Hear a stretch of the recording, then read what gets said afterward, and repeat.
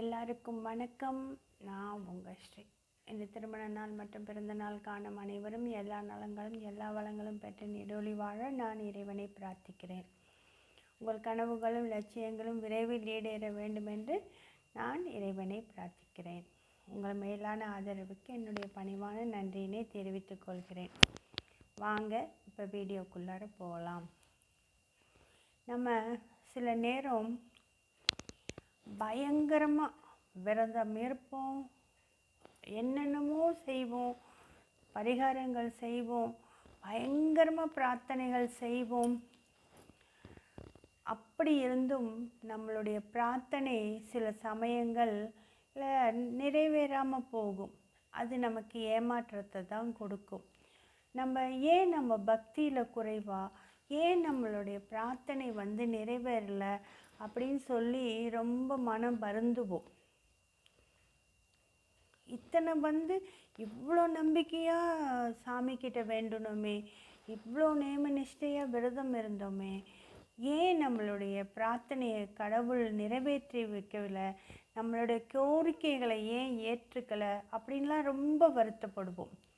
இதுக்கு தான் இந்த கதை உங்களுக்கு. ஒரு நாள் கிருஷ்ணரும் அர்ஜுனனும் ஒரு நதிக்கரையில் குளிச்சுட்டு அப்படியே நடந்து வந்துட்டே இருக்கிறாங்க. அப்போ கிருஷ்ணனை பார்த்து அர்ஜுனன் கேட்குறாப்புல, கிருஷ்ணா, சில நேரம்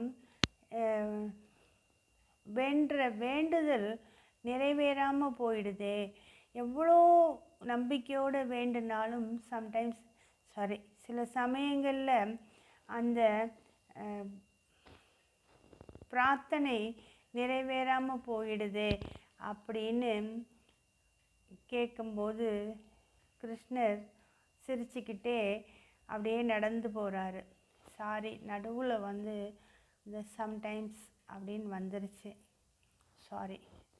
அப்படியே நடந்து பக்கத்து தெருவுக்கு கூட்டிகிட்டு அப்படியே நடந்து போகிறாரு. அங்கே ஒரு அம்மாவும் பையனும் கடையில் நின்றுட்டுருக்குறாங்க.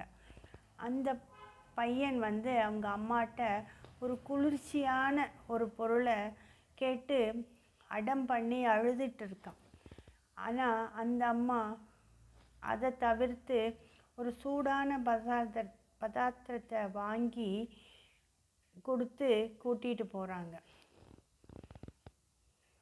அதை கவனித்த அர்ஜுனன் கிட்ட, இதிலிருந்து உனக்கு என்ன புரியுது அப்படின்னு கிருஷ்ணர் கேட்குறாரு. சத்தியமாக அர்ஜுனனுக்கு ஒன்றும் புரியலை. நமக்கு புரிஞ்சுதா? அதே தான். அர்ஜுனனுக்கே புரியாதப்ப சத்தியமாக நமக்கு புரியுமா? இங்கே தான் கதை. அந்த அம்மா அந்த பையன் வேண்டி கேட்டதை வாங்கி தரல. அவன் அவ்வளோ அடம் பிடிச்சான் அதுதான் வேணும்னு. ஆனால் அந்த தாய் சூடான ஒரு பொருளை வாங்கி கொடுத்தாரு. அந்த குளிர்ச்சியான பொருள் அந்த குழந்தையோட உடம்புக்கு சேராது. அந்த குழந்தையோட உடல் நலத்தை கருதி இதை வாங்கி கொடுத்தாங்க ஒரு தாய்.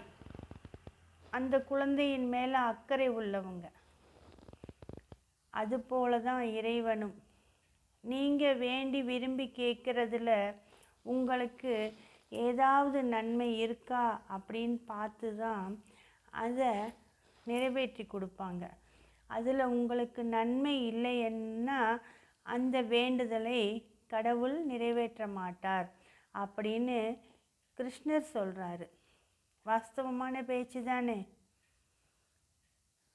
நீங்கள் ஒத்துக்கிறீங்களா? இருந்தாலும் அது நடந்துட்டால் பரவாயில்லையே, நான் வேண்டிக்கிட்டதுக்குனாச்சும் கொஞ்சம் கருணை காட்டியிருக்கக்கூடாதா அப்படின்னு நினைப்போம் இல்லையா? ஆமாம், மனுஷ மனசு. இதை கேட்டுட்டு அர்ஜுனனுக்கு, இருந்தாலும் இறைவா, நீங்கள் சொல்கிறது கிருஷ்ணா, நீங்கள் சொல்கிறது எப்படி இருக்குது? நீங்கள் நல்லதுக்கு தான் செய்கிறீங்க, நிறைவேற்றணும். நல்லதாக இருந்தால் தான் பிரார்த்தனையை நிறைவேற்றுவோம், இல்லாட்டி அப்படியே விட்டுருவோம் அப்படின்னு. இருந்தாலும் அந்த பக்தனுக்கு தன்னுடைய பிரார்த்தனை நிறைவேறலைன்னு ஒரு கவலை இருக்கும். அது ஒரு ஏமாற்றம் இருக்கும் இல்லையா, அதுக்கு என்ன சொல்கிறீங்க அப்படின்னு கேட்குறாப்புல. அதுக்கும் கிருஷ்ணர் பதில் ரெடியாக வச்சிருக்கிறாரு. அந்த ஏமாற்றம் கூட ஒரு அனுபவம் தானே. வாழ்க்கைக்கு அனுபவம் எவ்வளோ தேவை. அந்த அனுபவம் கிடைக்குது அந்த பக்தனுக்கு. அந்த அனுபவத்தை வச்சு வாழ்க்கையை செம்மையாக சீராக வாழ பழகலாம் தானே அப்படின்னு கிருஷ்ண பரமாத்மா சொல்கிறாரு. நமக்கு ஒரு விஷயம் நடக்கவில்லை என்றால் அதில் நமக்கு நன்மை இல்லை என்று எடுத்துக்கொள்ள வேண்டும். ஆல் ஃபார் குட் நம்ம படிச்சிருக்கோம்ல, எது நடந்தாலும் நன்மைக்கே. அதை விட்டுட்டு ஐயோ நான் அப்படி பிரார்த்தனை பண்ணேன், அப்படி வேண்டினேன், அப்படி விரதம் இருந்தேன், இப்படி பரிகாரம் பண்ணினேன், எனக்கு இது நடக்கலையே அப்படின்னு என்றைக்குமே மனது துவண்டுறாதீங்க. ஒரு விஷயம் நமக்கு நடக்கவில்லையா, நம்ம கையை விட்டு போகுதா, அதில் ஏதோ ஒரு நன்மை இருக்குதுன்னு நினச்சி அதை அப்படியே விட்டுருங்க. இந்த கருத்து உங்களுக்கு பிடிச்சிருக்கா? இது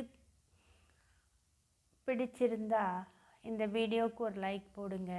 உங்கள் ஃப்ரெண்ட்ஸ் அண்ட் ஃபேமிலிக்கு ஷேர் பண்ணுங்கள். எப்பையும் போல் எனக்கு சப்போர்ட் பண்ணுங்கள். நன்றி.